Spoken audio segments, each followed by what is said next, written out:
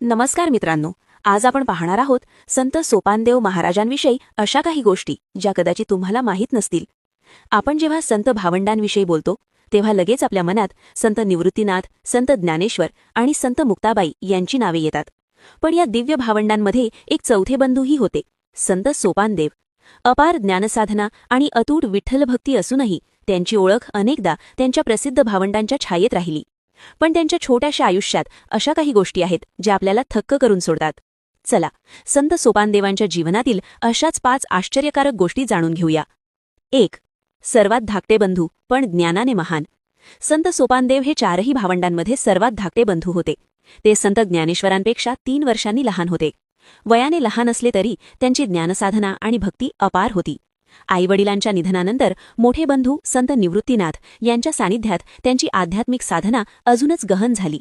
अगदी लहान वयातच त्यांनी गहन अभ्यास साधला. 2. जंगलातील तो अविस्मरणीय अनुभव.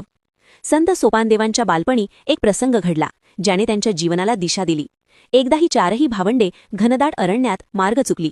जगण्यासाठी, एकमेकांना सांभाळण्यासाठी केलेला तो संघर्ष फक्त सहनशीलतेचीच नव्हे तर त्यांच्या आध्यात्मिक शक्तीचीही पहिली परीक्षा ठरला. हा अनुभव त्यांच्या जडणघडणीचा एक महत्त्वाचा भाग ठरला. 3. गुरु घरातच. निवृत्तीनाथांप्रती अपार भक्ती. त्या कठीण काळात एकमेकांना दिलेला आधार त्यांच्या नात्याचा पाया ठरला. आणि याच नात्याचा सर्वात पवित्र आविष्कार म्हणजे सोपानदेवांची गुरुभक्ती. संत निवृत्तीनाथ हेच संत सोपानदेवांचे गुरु होते. हे नातं अद्वितीय आणि अत्यंत पवित्र होते. सोपानदेव आणि इतर भावंडांनी आपल्या गुरूंप्रती आदर आणि प्रेम व्यक्त करण्यासाठी अनेक अभंग रचले. 4. पंढरी म्हणजे भूवैकुंठ. संत सोपानदेवांची एक दृढ श्रद्धा होती. पंढरपूर म्हणजे भूवैकुंठ. त्यांना खात्री होती की वारी केल्याने स्वर्गाची प्राप्ती होते. त्यांचे हे विचार त्यांच्या अनेक अभंगांमधून स्पष्टपणे दिसून येतात.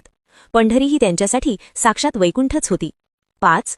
सजीवन समाधी आणि वार्षिक सोहळा. संत सोपानदेवांनी सजीवन समाधी घेतली. त्यांच्या सन्मानार्थ सासवड येथे दरवर्षी भव्य समाधी सोहळा साजरा केला जातो.